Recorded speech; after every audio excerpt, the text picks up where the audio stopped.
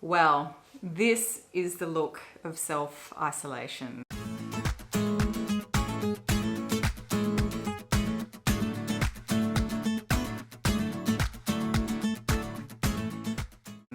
I hope everyone is keeping well.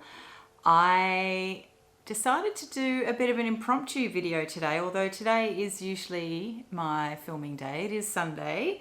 But I hadn't really planned much because the week has been a little bit crazy.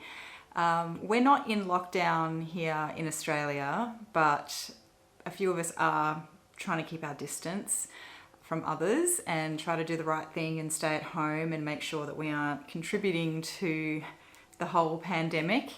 And yeah, it has been an interesting experience, as I'm sure it has for everybody else. It hasn't been so scary here. People do seem to still be out and about and living a normal life. But yeah, myself and my partner Matt have decided to stay at home and, you know, make sure that, you know, we're not becoming part of the problem. Today, I randomly, well, first of all, today I was just catching up on some YouTube videos and I noticed there were a lot of springtime lists. We're not in spring or we're not even coming into spring here in Australia, obviously. We're in the southern hemisphere, so we are coming into winter or autumn. We really only have two seasons here. It's either summer or winter, pretty much. But I decided that I would just randomly pick some scents off my shelf and which I felt I was just kind of gravitating towards today and interested in, and ones that I haven't really picked up for a little while, and I thought I would share them with you. So let's get on with it, shall we? The first one I want to talk about is Vetiver by Atelier Cologne.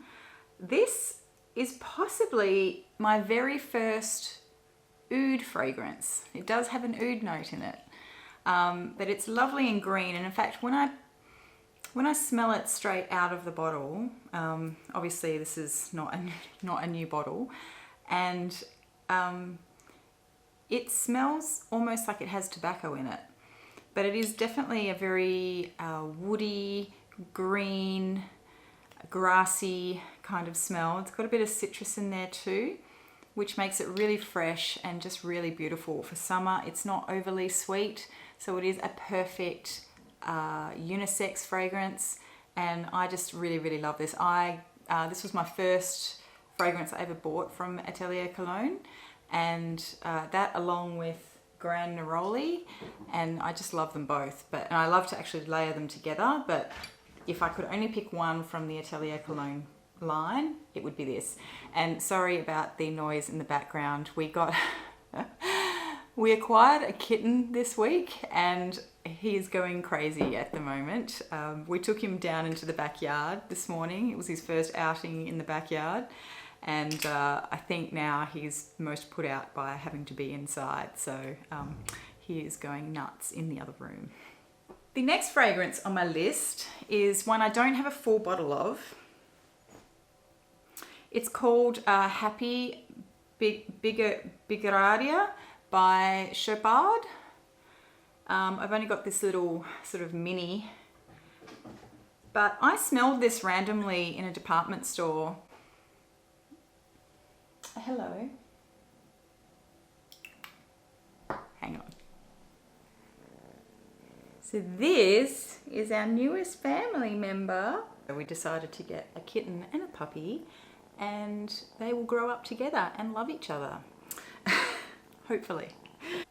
All right, so Chopard, Happy, Bigaradia, I don't know how you say it. This is from 2018, so it's a flanker of obviously the Chopard Happy. And I quite like the Chopard Amber Malaki, I think it's called. That's really nice. I have a sample of that, or a decant of that somewhere. This is really interesting. It has a carrot note in it, and I think I've got one other fragrance that has a carrot note in it, and it's quite interesting.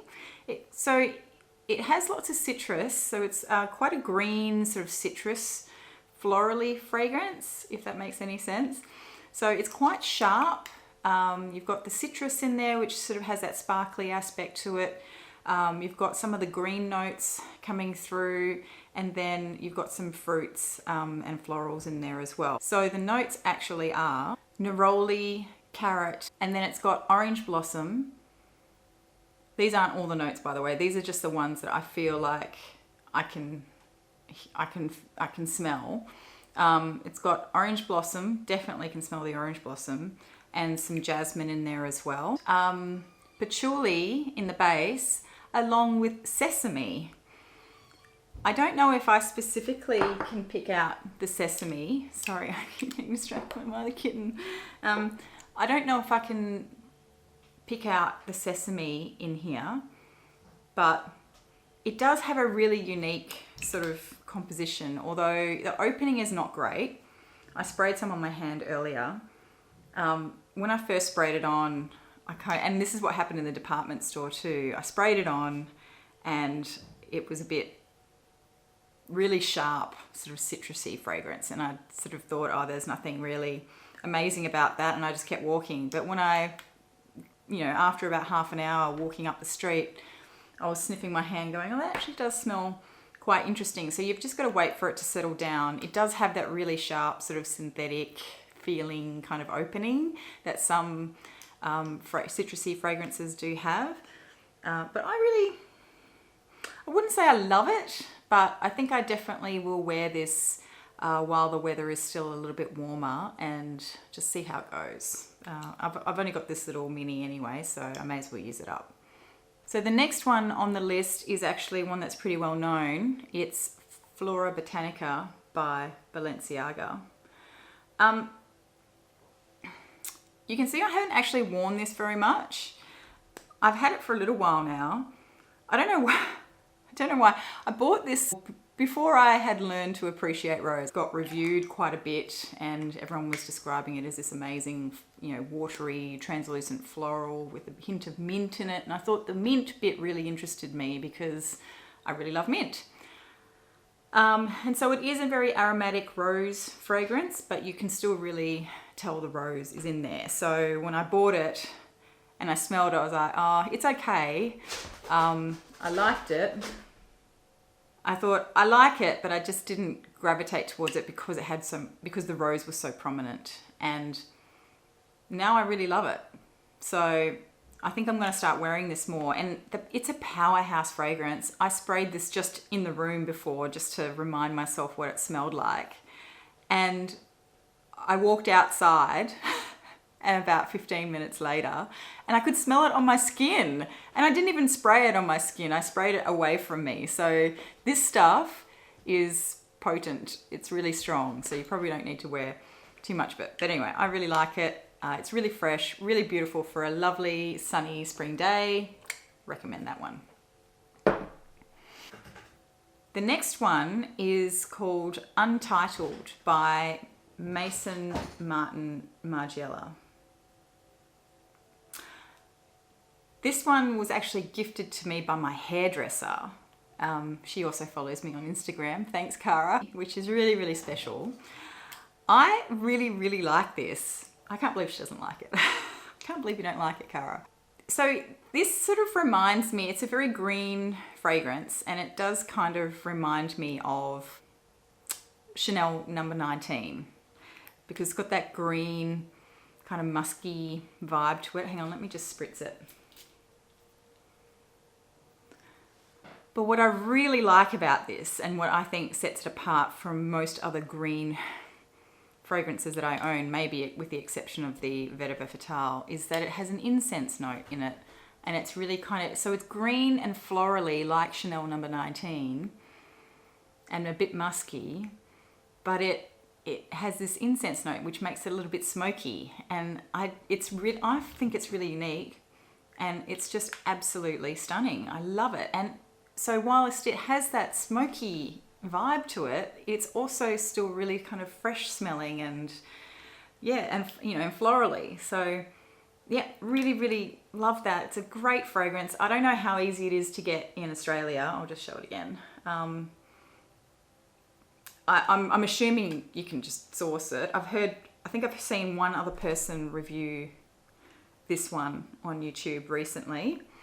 But yeah, it's absolutely stunning. I love it. And I'm very, very grateful to Cara for gifting it to me because I will be wearing it.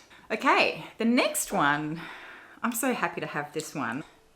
Mojave Ghost by Byredo. Oh, sorry, I can't, too much light. So I've been in love with this fragrance for a long, long time. It was probably my first love from Byredo, but it's just so unique, I think. I don't even know what all the notes are. I think I remember reading, it's got ambrette, violet, sandalwood, and magnolia, and cedar. And I do get the cedar in here because I do have the super cedar in the 10ml vial from Byredo, and I do get a kind of similar vibe to that. But it's just a really beautiful, musky, floral, and just really sort of watery and translucent. And again, yeah, I just think it's really unique smelling, and I just love it. So I'm very happy to have that in my collection now, and I will be wearing it probably not so much over winter, but I will probably try and get some wear out of it over the next few weeks before we get into the cooler weather. The next one is Tuberose in Blue.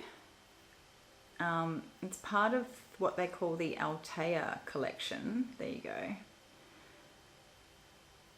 This is a stunning, stunning tuberose fragrance. It's not heavy, wet, earthy tuberose that people often associate with tuberose. It's just really pretty and translucent and airy and musky, and it has sandalwood in it, and it's got some other florals as well. I think freesia might be one of them. A bit of cedarwood. Oh, it's just really, really beautiful. I love wearing this fragrance, and it's one of those ones that also kind of make you feel clean and fresh as well. So, but definitely not offensive. You can wear this to work, and it does project quite a bit, I think, at least for the first few hours, and then it sort of dies down. But I could still smell this on me at the end of the day, although I did spray a lot of it because I love it so much. Anyway, gorgeous fragrance. Recommend that one for sure. The next one is a semi-recent acquisition. I bought it in late last year, and I haven't really worn it yet. Is 1899 Hemingway by Histoires de Parfums. This often gets compared to Spice Bomb, and I get the similarities, although I don't think it's quite as heavy as Spice Bomb. But what I really love about it is that there is something in here which makes it very similar to Rehab by Initio. So it's kind of like Spice Bomb and Rehab mixed together. I have a decant of Rehab that my partner now wears because it smells much better on him, I think, than it does on me. It kind of smells really rubbery on me, or plasticky, and I don't like it. But this smells really beautiful, and I think it's because of the spices in it. So it has cinnamon, and it's got some iris, and it's got amber in it, and yeah, it's just, I really, really like this. And whilst the spice combination, if you read it, does sound quite heavy, it actually doesn't wear heavy. It's quite sort of still translucent and light. So yeah, I really, really enjoy this. I almost wore it yesterday, but then I changed my mind. Beautiful, beautiful fragrance. I also love the fact that they make these in the 15ml bottles, which is the perfect size for me, if I'm honest. This is Herba Mimosa by Chloe, and this is part of their Atelier de Fleurs line. And I picked this one up. There were other ones in there that were very nice too. There was one that was based on cedar, I think, and like it was a really nice woody, light woody kind of fragrance. This whole line is designed to be layered, which I have an issue with, but I've already outlined that in a previous video where I reviewed this.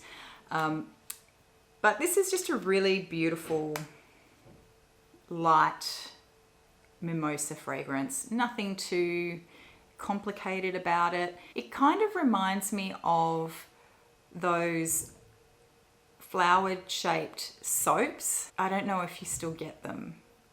You used to be able to just get them everywhere, and people used to put them in their bathrooms and stuff in like a little dish just to, as a decoration. You never used them. They just sat there as a decoration collecting dust. And that's kind of what this reminds me of. It's a sort of a soapy, florally kind of smell, and it's really pretty, and I will happily layer it with other fragrances that I already have. I don't feel like I need to go out and buy more of the Chloe line in order to do that, but I bought this because at the time I was thinking, oh, I don't really have much mimosa in my perfume collection, but it turns out that I do.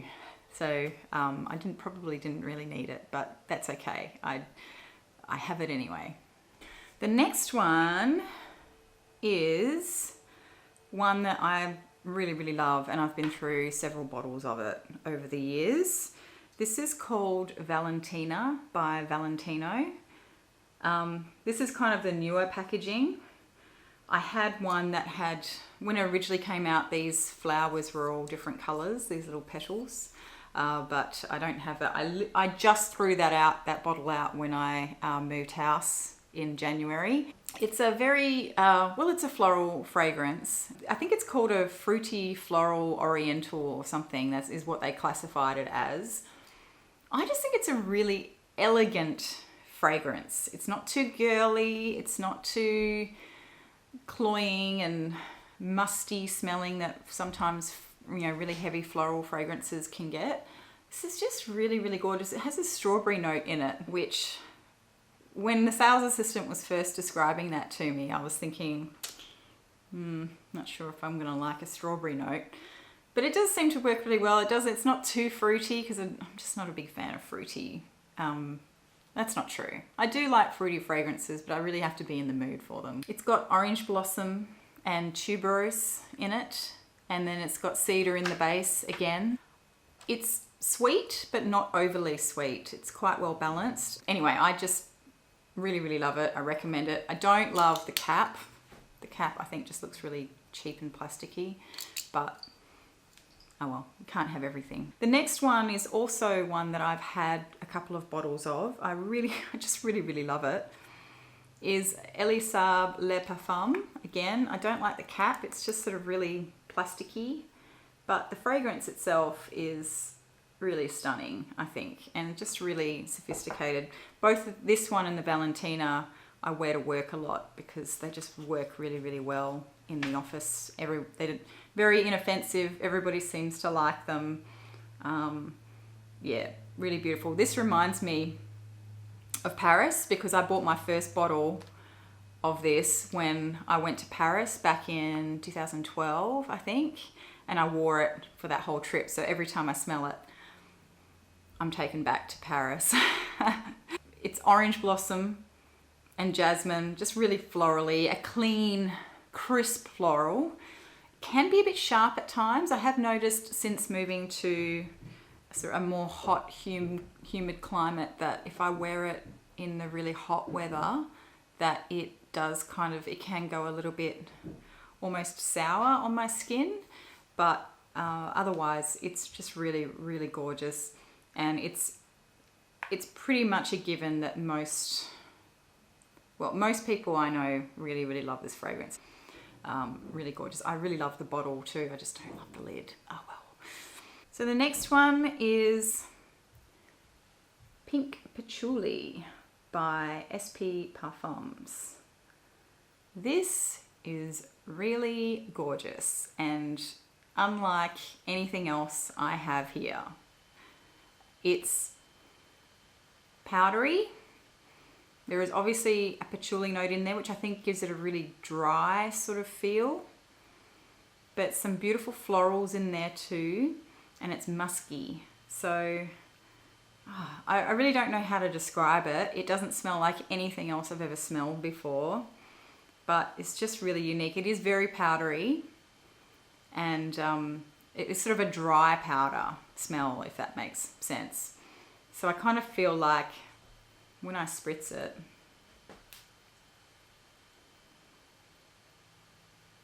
yeah, I kind of feel like I'm in a really dry, on a dry oval or a dry meadow or something, because the patchouli gives it that sort of greenness to it, and patchouli is quite prominent in it, which you would hope because it is named after patchouli, but then it has pink pepper note, and the pink pepper is really prominent as well.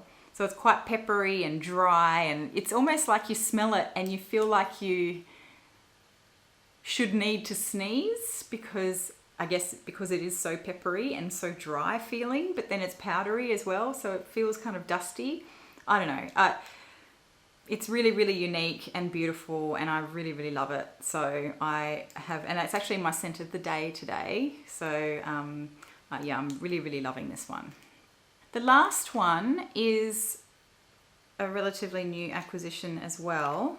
I bought, it's by BDK, and it's called Bouquet de Hongrie. It's just a little travel size bottle. This is really pretty. I blind bought this one, even though I said I wasn't going to do any more blind buying. I blind bought this one, sort of. I think I did smell it in the store, but I'm always drawn to the other one, which is the Rouge Smoking, I think, which is a lot more heftier than this. So this is just a really beautiful, again, sort of translucent, watery floral. It has something called Lorinox accord in it, which is meant to be woody, ambery, and leathery. I don't know if I get that. This is sweet.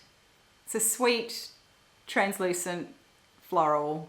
It's got jasmine in it, and rose, and I don't know. It's kind of a nondescript floral to me, and I don't know if I don't think I get a leathery feel or a particularly woody feel to it either. So I don't know about this Lorinox accord. It's a synthetic accord. Yeah, anyway, I don't really know if I have much more to say about that. It's really pretty. I'm probably more likely to wear it at home, just purely because it doesn't last very long. So if I take it to work, I'm going to be constantly re-spritzing it. And it doesn't project a huge amount either. But I do love the BDK fragrances, but I think this goes for $2.99 for a full bottle, and I don't think I'd pay that. But it is pretty. It is really beautiful. So that's it. We're at the end of the list. They were 12 fragrances that I picked off my shelf that I think fit perfectly with the theme of a nice sunny spring day.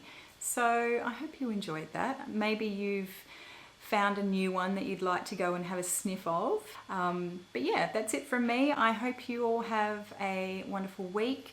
Stay safe, stay at home if you can, and I'll see you next week. Bye.